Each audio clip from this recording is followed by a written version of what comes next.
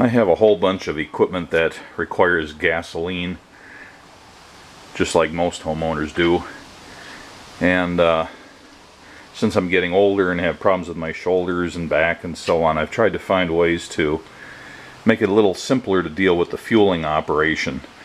And also, we get enough power outages around here. I have to run my house off of my portable generator once or twice a year for extended periods. One of the projects I did some time ago, actually a few years ago, was put this siphon pump up on a elevated platform, because the siphon pump only works if the source of the fuel or liquid is higher than where it's going. And this is a typical, what is it? I think it's a 5-gallon container, and I have this product here. It's the Flow and Go product, which I just use as if it's a little filling station. And I can wheel my snowblower or my lawnmower or rototiller or any of the other equipment I have that's gasoline powered, and just wheel it down below this and unhook the nozzle, and fuel just flows out. It's real easy. If for some reason it loses its siphon, which happens if I haven't used it in quite a while, all I have to do is squeeze the trigger a couple of times and it self-primes itself again and gets it flowing. Now, I was worried about safety with this. I wanted to make sure it wouldn't fall or spill, even though the containers are pretty strong, and if it fell to the floor it probably wouldn't spill, but you know, it could fall in such a way that it would break off the nozzle, and who knows. So I didn't want that to happen.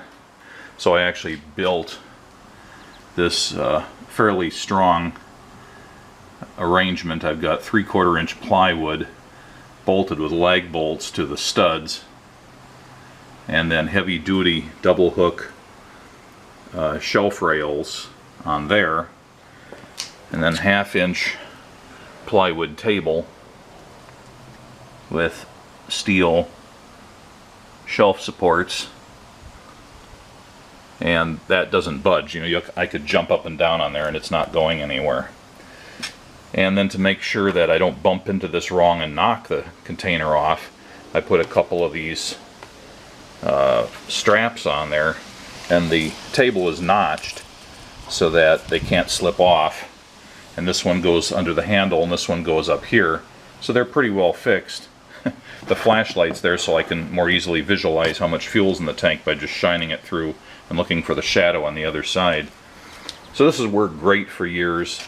The trick is refilling it. It's a bit of a hassle to take it down from here. It's not really that bad, but it feels like a hassle. And even refilling it, I can take it straight to the gas station, or I can take another container. I've got a couple more containers like this, so I always have at least 10 gallons of fuel in reserve. And you have to cycle that through sometimes, otherwise it gets stale. And what I usually do is just try to transport it into one of my vehicles and burn it up that way. And I don't let anything sit for more than a year. Some people would say it should be more than that, but 1 year seems to work for me.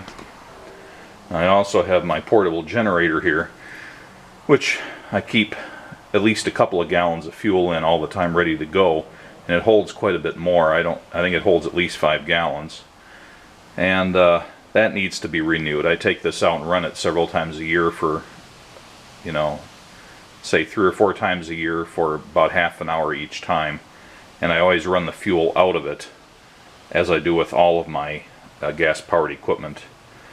If I'm going to let it sit for any length of time, I run the fuel out of it.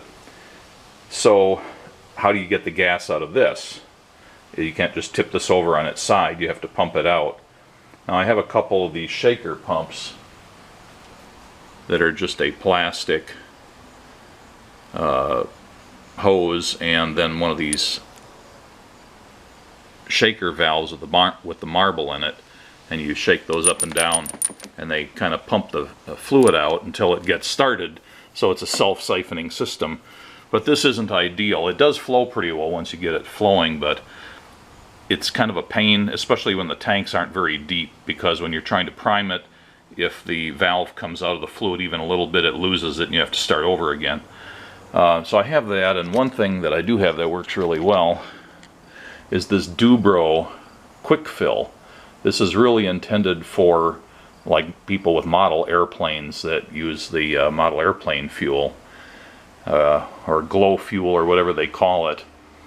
And this is a peristaltic pump, I believe, so the fluid doesn't actually come in contact with any moving part of the pump. But I checked with Dubro, and they said, yeah, the hoses this comes with are not suitable for gasoline, but they sold hoses that were, so they sent me the 2 lengths of it that you can just plug in there. And I've been using this for years to remove the excess fuel from small gas tanks, like on a lawnmower or a rototiller. I can pump most of it out and then run the rest of it dry. But bigger ones like this are a problem. And then when it comes time to transport the older fuel from a hand can and get it into one of my vehicles, it's very laborious to hold that heavy can up and try to pour it into the fuel filler on a vehicle just to burn it up. So I kept looking for some sort of a suitable fuel transfer pump that was like the little Dubro one I had, but higher capacity. And this is what I ended up picking out. Ordered it from Amazon. Fill-Rite, most trusted name in pumps and meters. Fill-Rite.com. It's good for gasoline, diesel, biodiesel, kerosene, motor oil, hydraulic fluid, transmission fluid, and other light oils. It's not good for grease. Has a built-in vacuum breaker, check valves, and strainer. It has a 2-inch NPT bung inlet, and inside of that, I believe, we'll find out when I open the box, is a 1-inch NPT inlet for hooking in a pipe or a hose, which is the suction line. And then up on the top is a 3/4 inch NPT for the included hose, which just loops around and you can stow. It has its own nozzle, and the nozzle stows up here. It looks like it actually connects, but it's just a stowage point for the nozzle. And you see this kind of thing a lot on those portable gas containers that are in the beds of pickup trucks and things like that. This is supposed to move 10 gallons for every 100 revolutions. It's model FR112, made in the good old US of A. So this video is going to be about the project of setting this up so I can use it easily in my particular situation. So this is what comes in the box. And by the way, you can buy the FR112 with several suffixes on the end. This is the full package, but you can get it without the hose, for example, just the pump. You can get it with the pump and the hose plus a digital readout that tells you how many gallons have been pumped. And there's several variations on it, I think almost 5 or 6 variations as I recall. But anyway, you get this gasoline hose with 3/4 inch fittings on the end. You get a telescoping suction pipe, and that's got the 1-inch NPT thread on the bottom. There's the cast nozzle and the wooden crank handle and its bolt, and a little roll of Teflon tape, and of course the pump itself. 10 gallons per 100 revolutions. There's the nozzle stowage hole and the discharge, and down inside of there, right here, is the 1-inch suction. It's threaded there. And of course the crank arm. And then there's this is for padlocking it. So this kind of swings up And you can put a padlock through there to keep people from stealing your gas, I guess. Fort Wayne, Indiana. So this is it with some of the components hooked together. I've just temporarily threaded on the hose and the nozzle and put the handle on. I'm not really sure how this is supposed to work yet. They don't mention putting on the crank in the manual at all. And if you tighten it down, this still kind of turns. It's a little stiff, but it's probably good enough. So you know, you're basically just turning the crank around. Now there's enough resistance here where I imagine it's going to be kind of a hard turn. And that brings me to, I think, the crux of this video, how to come up with a way to secure this. You know, it's really intended to be screwed into a bung on a stationary storage tank or a 50-gallon drum or something. And if you don't have that stability, it's going to be really hard to use. Now they did say you could run this thing horizontally, and by the way, it is a positive displacement pump, and it can suck up on the suction side to several feet, 3 or 4 feet I believe. Anyway, the height of a typical 50-gallon drum, probably not much more than that, reliably.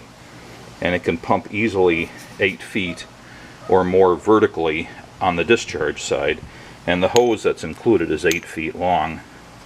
So for example, if you had a tank down on the ground, you could pump it up into something like a piece of farm equipment or pretty much any motor vehicle with a reasonably placed gas tank. So I wanted something that would be inexpensive, that I could build almost with stuff I just have laying around, and would allow me to flexibly use this instead of just laying it on the ground and maybe holding it here and trying to turn the crank. I was hoping for something a little more ergonomic, and I guess I should mention that this threads into the bottom here.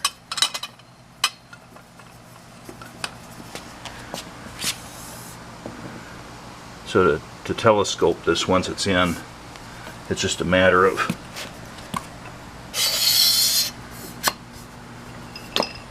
doing this, and that's I don't know what that is. It's close to 3 feet, I guess, and it can go right down to the bottom of a tank because it has those holes on the side. So the telescoping rod isn't too bad, but I think for my application I'd rather have a bit of hose there. I'm going to have to pick that up from the hardware store.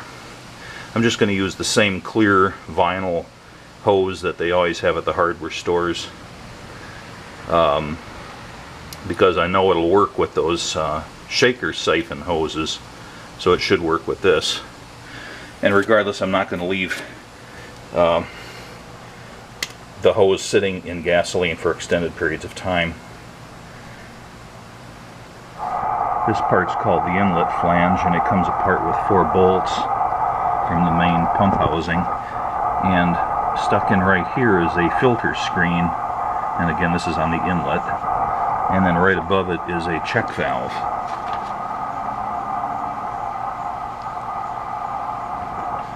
So those are serviceable items.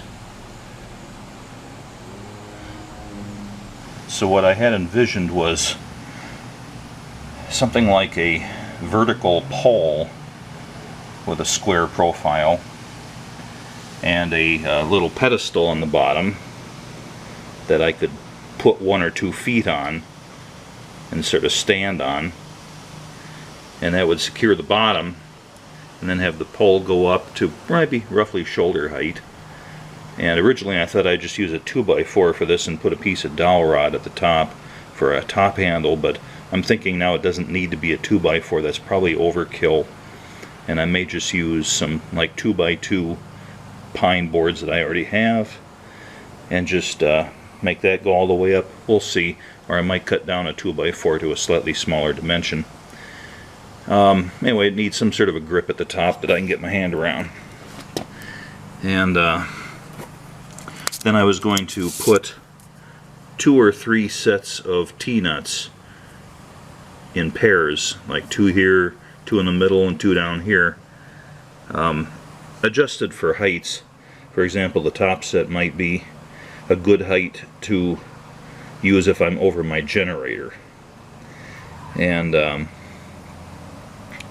bottom one might be a good height to place it for pumping fuel out of a 5-gallon container on the floor, for if I want to do that for some reason, or maybe to pump it up into my vehicle. And then a middle set for whatever height that ends up being. And then I envisioned just making something out of wood with a couple of thumb screws that would go through and anchor it to this vertical pole at those different heights, and then make a platform on there with a 2-inch NPT floor flange screwed down to it, and a hole in that top plate so the hose can come out the bottom. So the pump would just be sitting out here, and I would be standing on the bottom holding the top with my left hand, and then the crank would be right here, and I could turn it and it would be holding the pump pretty firmly in the desired position for whatever pumping I'm doing. And again, I shouldn't have to be doing this for more than a few seconds. At the pump rate this has, maybe a minute at the most, so it shouldn't be tiring. And then I can just tuck this in the corner of the garage when I'm not using it, and it'd be the work of 30 seconds to move it to a different location on the pole for lower or higher pumping. And then I'm just going to have a short length of the clear vinyl hose coming out the bottom, and then just adjust the height as required to get that into whatever container I'm pumping out of. I think that'll work pretty well. I have almost all the wood already, so I just need to go visit the hardware store and buy a 2-inch NPT flange, a 1-inch NPT male fitting, and with the hose barbs on it, and then a couple feet of the clear vinyl hose, and probably a hose clamp, and 6 T-nuts, a couple of thumb screws of the same thread, and I think everything else I've already got. So I'm going to have to run to the hardware store. Alright, after a trip to the hardware store, I've obtained the following items. I've got a 2-inch NPT floor flange, so I can thread the base of the pump into this, and this will act as a virtual tank bung. And for the bottom suction side of the pump, I've got a 1-inch NPT adapter to 3/4, and then a 3/4 inch NPT male to hose barb 3/4 inch. So that'll go into here, and that's because I found the 1-inch hose seemed just excessively thick for my application. I thought I might have trouble getting it into some tanks and other fittings that I may need to pump through. I have some hardware for anchoring the floor flange to the assembly I'm going to make, and then some components such as T-nuts and wing nuts, and some threaded rod for making the pressure clamp on my sliding height adjustment. And then finally, for the floor stabilizer, since I don't want to rely on glue alone, I've got some T-plates. And just from my scrap pile, I've got a piece of 3/4 inch plywood. It's the better stuff with more laminations to it, but it's still not real high quality stuff. It's perfectly adequate for this task. This will be the floor plate, and then some 1/2-inch craft plywood for the various parts of the bracket that'll slide up and down. And then a piece of 2x4 seems to be pretty decent piece, just some scrap I had sitting around. And it's about the right height. I wanted it to be roughly shoulder height.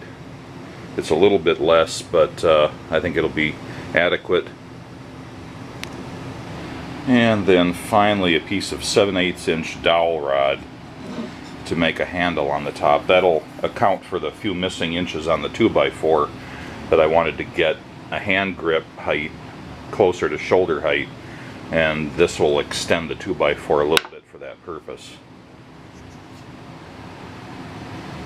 So I think the first thing I need to do is ascertain exactly how high and how low I need to be able to adjust the pump. So I think what I'm actually going to do first is build the actual bracket that the pump sits on, so if there's any dimensional offsets due to that, I can take those into account when sizing up the height adjustment on this 2x4. Alright, so this is the 2x4 looking at the end of it, or looking at it from the top. I'm going to have a 1/2 inch thick craft plywood plate coming across here, and then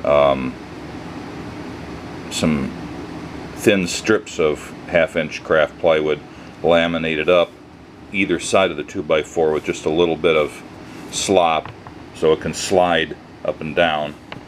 And then I'm going to have two plates coming off like this, and then a flat piece sitting down on top of that, and that'll form the platform for the 2-inch NPT floor flange to sit on top of, and therefore the pump will sit up on top of that, and the whole assembly can slide up and down on the 2x4.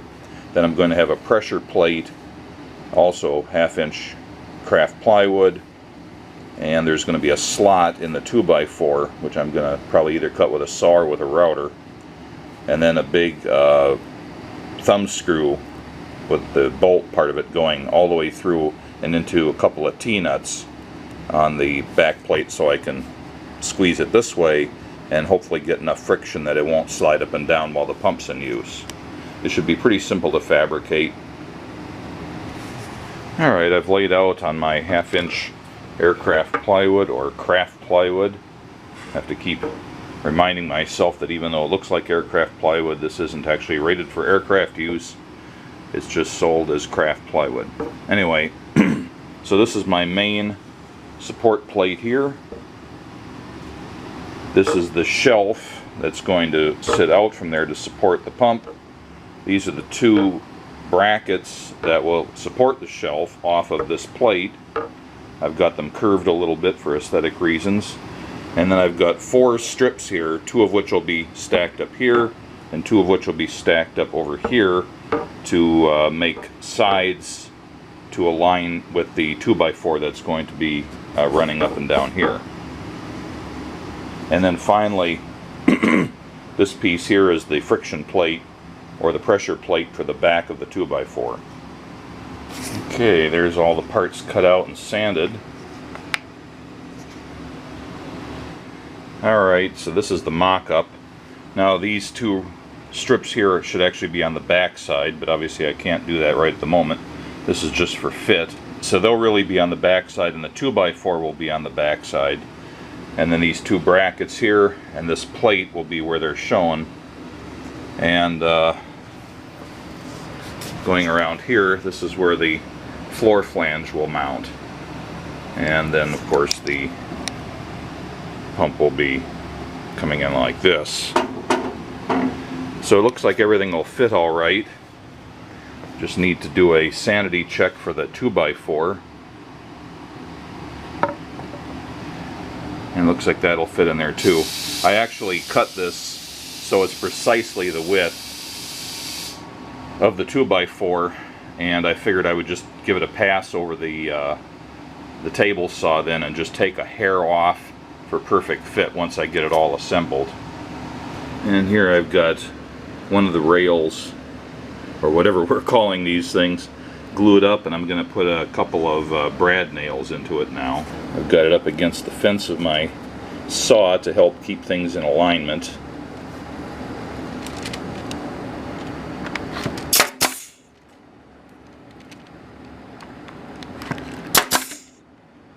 put a third one in.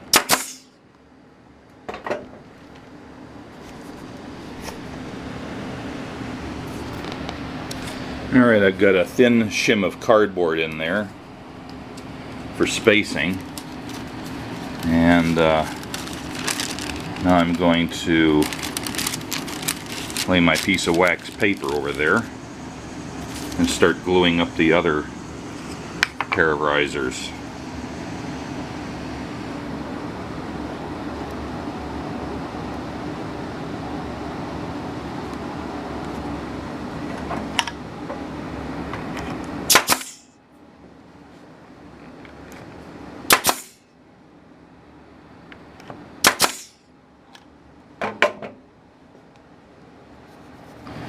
Okay, we've got that in orientation. Now I have to put on my top plate, which will fit on like this, and then I've got to put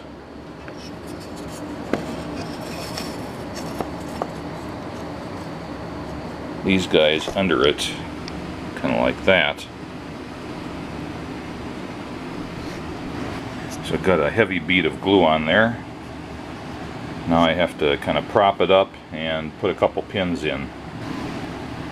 I've got it set up like this with my two supports, which will hopefully hold it in the right orientation.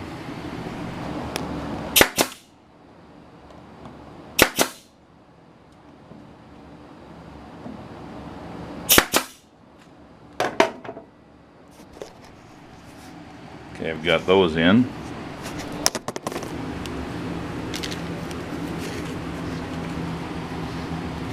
Okay, there's that.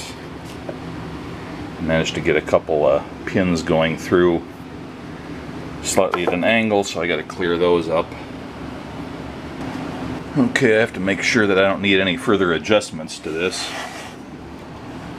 So slides easily down, but there's only a very slight play in it. So I think that'll work to stabilize this. Now I have to make the cutout for the flange.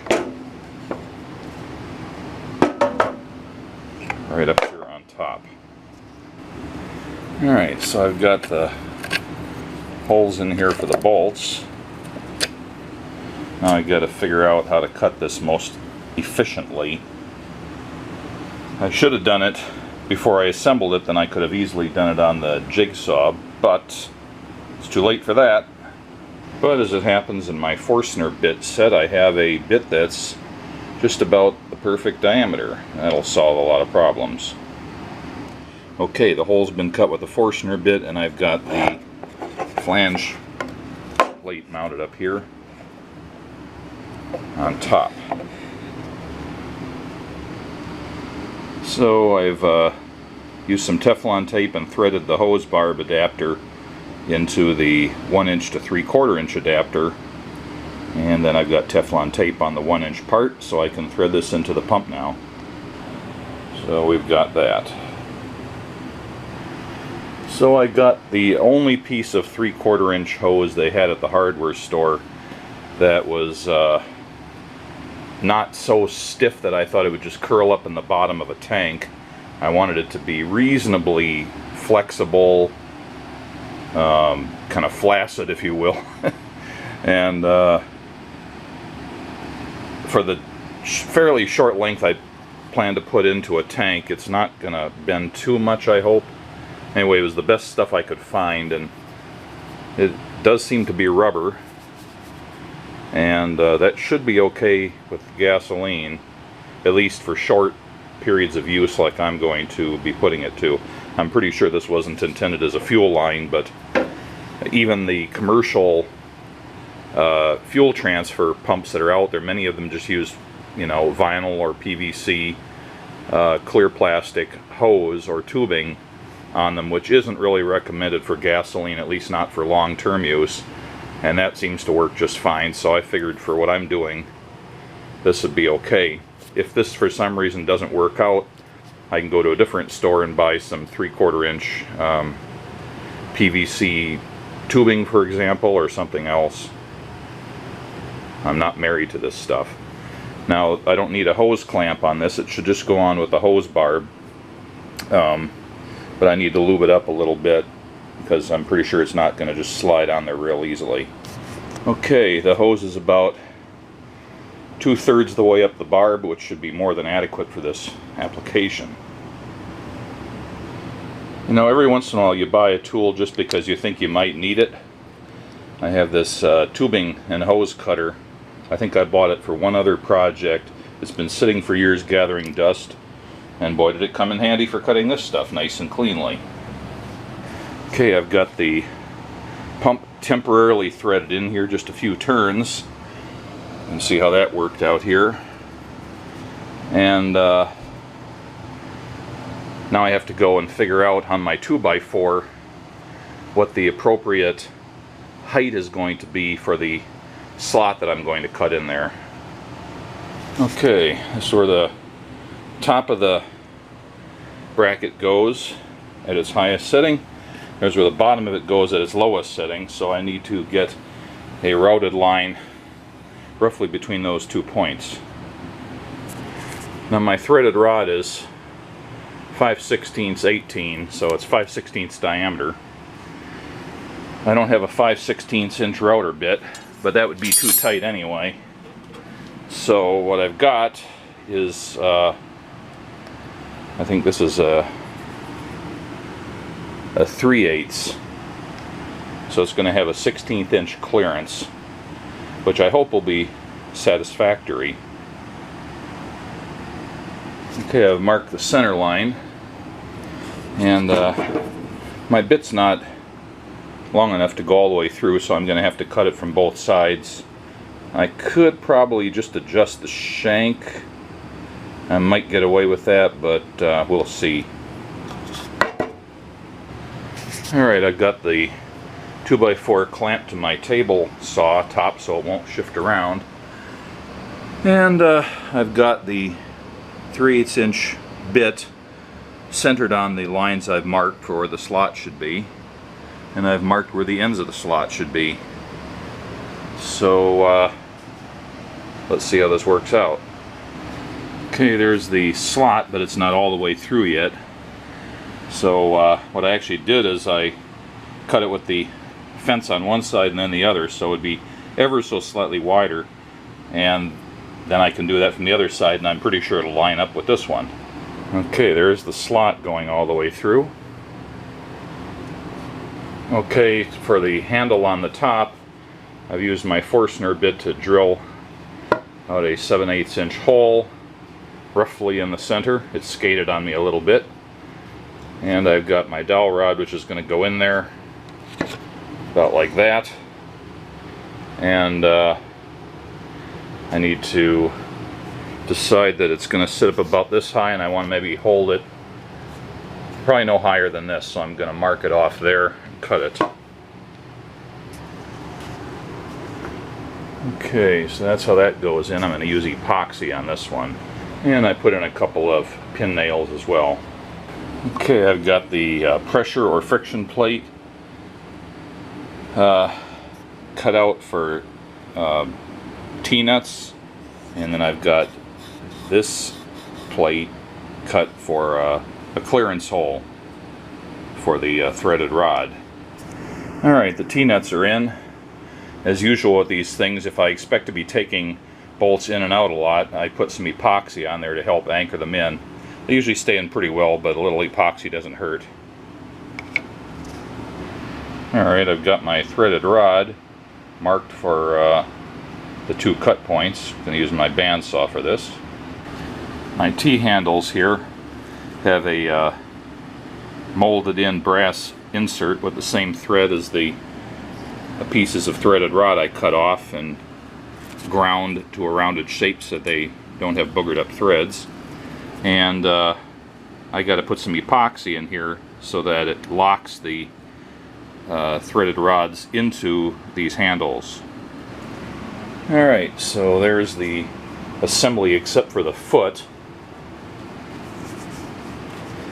And unfortunately with that big heavy flange there, it's a little hard to demonstrate quite yet. I'm going to try to get this at an angle where I can clamp it with my foot. So if I loosen these, come on,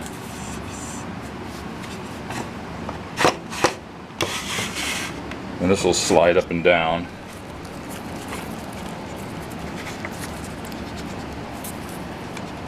And when I clamp it like that, it's pretty tight on there.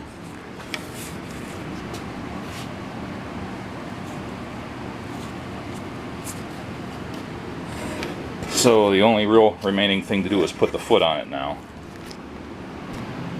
Alright, so here's what I'm working up to here. I want to have something that when I work this, I can kind of stand on it with one foot and then hold the top part in my left hand and then crank with my right hand. What I want to do is get this kind of offset so that it has enough bottom to it to support the pump when it's on there, so it can be just set down and it won't tip over with the weight of the pump.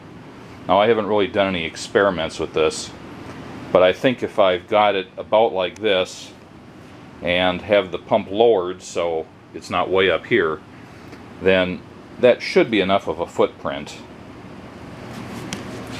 But I also don't want it to be quite that huge, so I may cut it down just a little bit. Alright, for more stability I'm going to put some dowel pins in to help reinforce this joint. Use some half-inch dowel. I've got some scrap. Alright, so the foot is on there. I used wood glue on this, so it's going to take a little longer than the ones I did with epoxy. But I also put some pin nails in it, so it's pretty stable at this point. I think I can do the last step on here, which is to put on a T-plate on the end. I might be able to put a T-plate on the other end too if I bend it first. We'll see how that goes. And so there's one of those mounted. Alright, I've used my vise and my hammer to bend this T-plate over, and now I should be able to put it on the other side. Kind of like that. Alright, that worked out pretty well. Hopefully with the glue and the nails and the two dowel pins and the T-brackets, this will be strong enough to survive any abuse I give it. I just have to wait for the glue to dry a little bit now. Okay, so here's the life-size view of the pump on its height adjusting stand.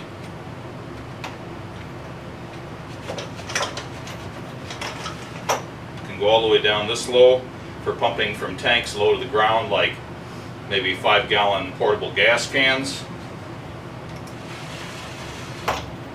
And I've got it up to this altitude for pumping out of my generator, which has a tank about so high. So here's the suction hose, and pumps up here. I can hold on to the top of the post, put my foot on the bottom, and it's nice and stable. It wobbles a little bit, but I have control of it from 2 points. You know, if it goes over that way, it's going to go over, but it has a little bit of stability. It certainly can stand there by itself, which was my goal. You can't lean this up against the wall because it's just going to fall over. You need some stability, and that's what it has. So it's time to put this to the test. Alright, let's say for example I've got my generator here, and I've got my discharge hose, which does, by the way, kind of lock with a twist lock into the top of the pump. So I can take this down and put it into my temporary gas can, and then I can arrange the suction hose down into the generator, and I think I'm going to lower it just a little bit.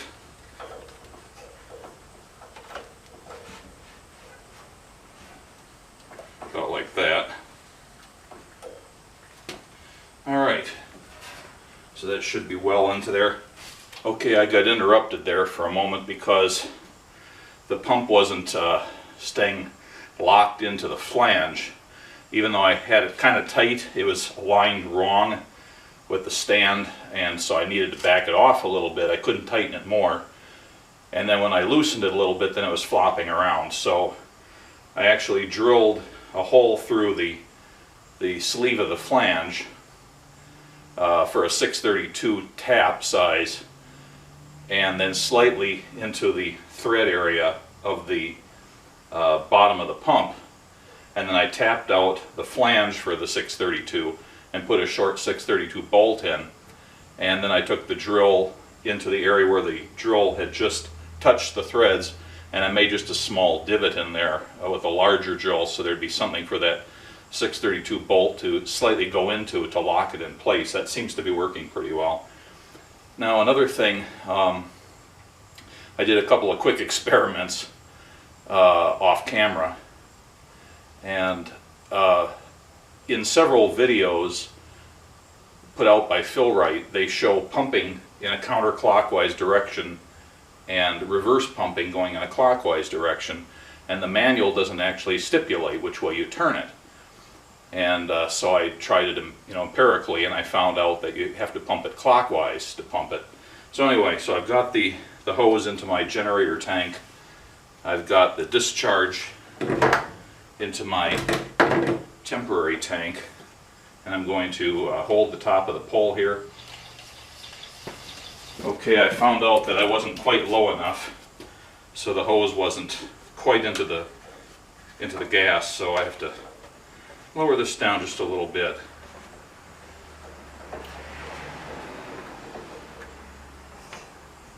Make sure it's in there. Okay, let's try it now. There, now it's pumping. I can see it going into the tank.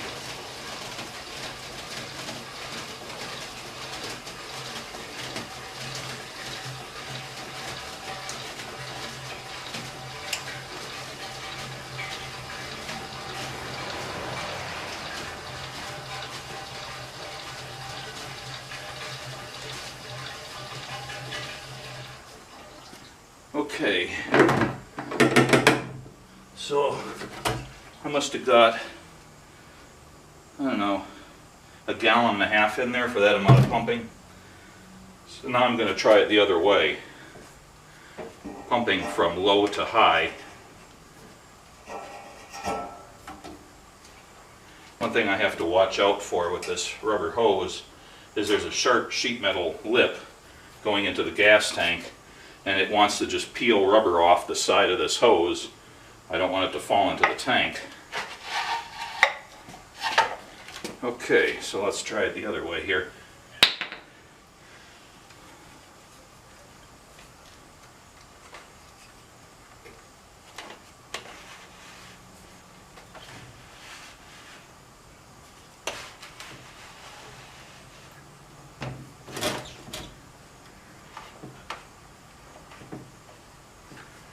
Okay, so that should be in there now.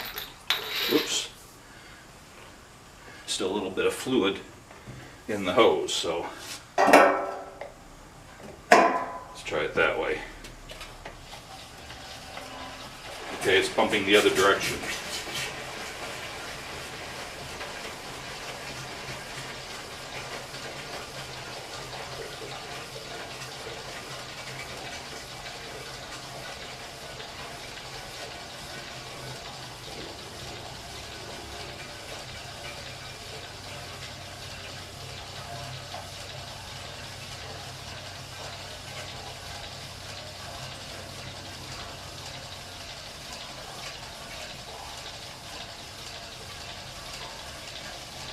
Okay, that's about empty there. So that was working in both configurations. and I can obviously pump it up into the fuel filler of either of my cars. This seemed to work out pretty well. It's plenty stable, it's easy to use, easy to adjust. I think it was a win.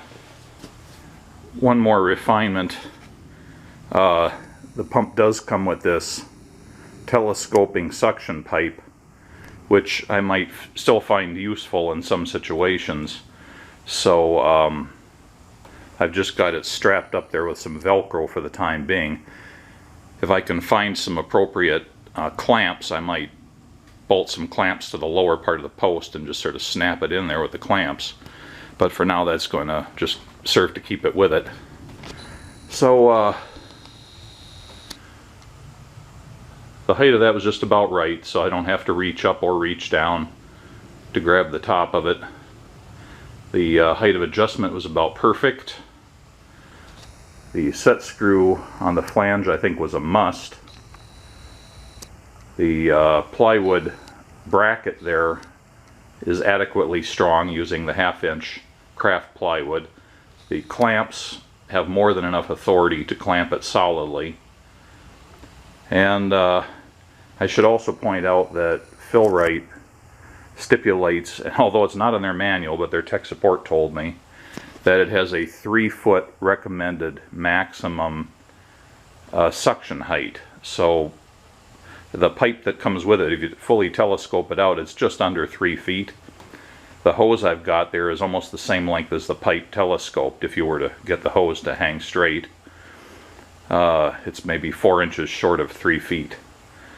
And because of the adjustability on the stand, that should be enough for pretty much any small tank. I wish I could get a hose that would hang straighter, but that's the best I could find. One other thing.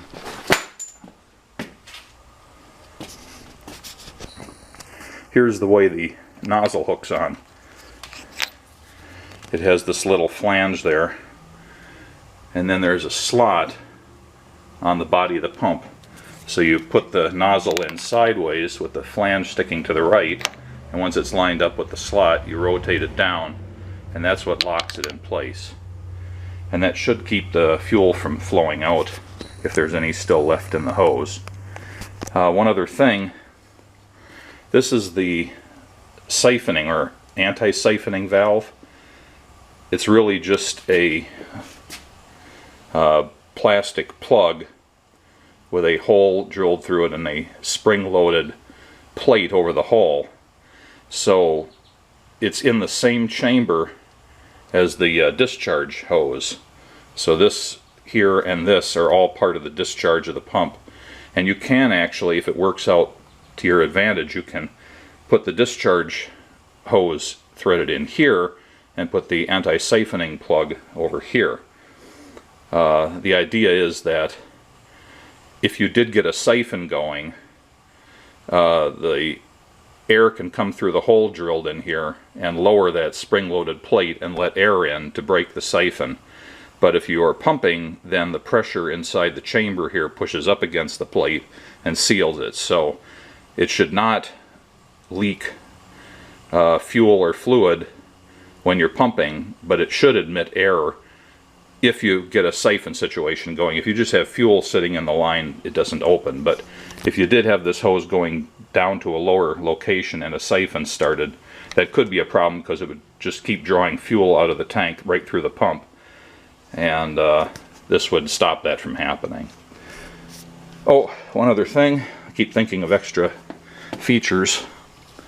There's this little swing out bracket on here, which lines up with a slot in the crank, and you can put a padlock on there to padlock the crank. Something I don't like about this very much is that the bolt, which secures this wooden handle, there's no play in it, so once you tighten it up enough that it doesn't come unscrewed, the handle won't budge. And if you tried to take a little wood off the handle, it just makes the bolt go through further, so there's no adjustability there. I think the idea is you're supposed to let this handle slip in your hand when you're cranking. It's relatively smooth, but it's not sophisticated enough to be able to hold this firmly in your hand and have it pivot on the shaft here. It's actually fixed to the crank and won't turn. So that's kind of a downer. I think they could have done that a little better. Anyway, I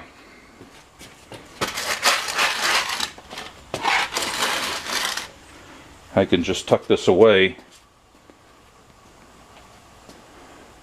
in my garage up against the wall, and it'll stay there very nicely. So I think this all worked out pretty well. I hope you found this to be interesting.